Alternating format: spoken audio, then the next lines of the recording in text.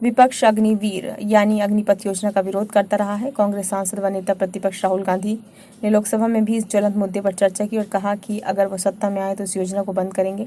चुनाव खत्म हो चुके हैं और केंद्र में एक बार फिर मोदी सरकार जो है वो सत्ता में आ चुकी है। प्राप्त संकेतों से तो यही लगता है कि केंद्र सरकार इस योजना को खत्म करने की नहीं सोच रही है। संभव है कि इसमें कुछ संशोधन किए जाएं। राहुल ने अपने भाषणों में साफ कहा है कि हिंदुस्तान के जवानों को मजदूरों में बदला जा रहा है। राहुल ने कहा कि ये मोदी सरकार की योजना है, सेना की योजना नहीं। सेना भी इस योजना को मौजूदा स्वरूप में नहीं चाहती है। मीडिया में छपी खबरों के अनुसार सेना ने सिफारिश की है कि अग्निवीर अगर वीर गति को प्राप्त हो जाता है तो उसके परिवार को आजीवन के लिए पेंशन जैसी मदद की जाए।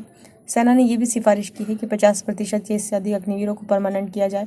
अभी अग्निपथ योजना के तहत अधिकतम 25% अग्निवीरों को ही परमानेंट करने का प्रावधान है। सेना ने करीब 4 महीने तक अपनी सभी यूनिटों से अग्निपथ स्कीम और अग्निवीरों को लेकर फीडबैक लिया और पूरा सर्वे कराया। सर्वे के आधार पर अपनी सिफारिशें डिपार्टमेंट ऑफ मिलिट्री अफेयर्स यानी कि डीएमए को भेजी हैं।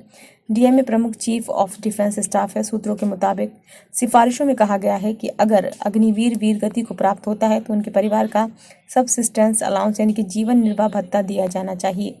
एक अधिकारी के मुताबिक ये एक तरह से पेंशन है। ये भी कहा गया है कि रक्षा के लिए काम करते हुए अग्निवीर डिसबैलेंस यानी कि विकलांग होता है तो भी एक्स ग्रेशिया आर्थिक मदद दी जानी चाहिए।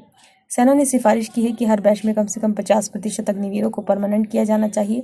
इसके साथ ही टेक्निकल आर्म में अग्निवीरों की अधिकतम उम्र बढ़ाने की सिफारिश की है। सूत्रों के मुताबिक सेना की तरफ से अग्निवीर का कार्यकाल 4 साल से आगे बढ़ाने जैसी कोई सिफारिश नहीं की गई है।